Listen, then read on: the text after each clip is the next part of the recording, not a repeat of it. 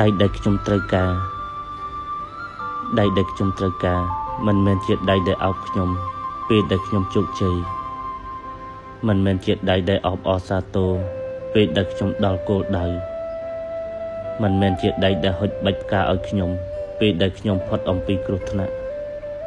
ប៉ុន្តែជាដៃហុចឲ្យខ្ញុំចាប់នៅពេលដែលខ្ញុំដួលខ្ញុំអស់កម្លាំងដៃដែលគ្រាខ្ញុំពេលដែលខ្ញុំទៅមុខលែងរួចនិងជាដៃដែលចង្អុលប្រាប់ផ្លូវខ្ញុំពេលដែលខ្ញុំពងវែងបើពេលដែលខ្ញុំត្រូវការអ្នកដើរចេញ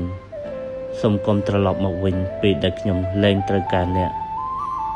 ពេលដែលលំបាកបំផុតក៏ជាពេលដែលបង្រៀនឲ្យខ្ញុំជ្រើសរើសមនុស្ស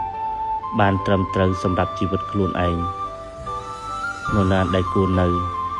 ហើយនរណាដែលគួរទៅតម្លៃដ៏ច្រើនរបស់យើងម្នាក់គឺនៅពេលដែលគេត្រូវការប្រសិនបើយើងមិនមានអ្វីសោះនៅពេលដែលគេត្រូវការទោះបើយើងមានច្រើនប៉ុណ្ណាក៏ដោយសម្រាប់ពេលក្រោយក៏វាឥតន័យទៀតដែរ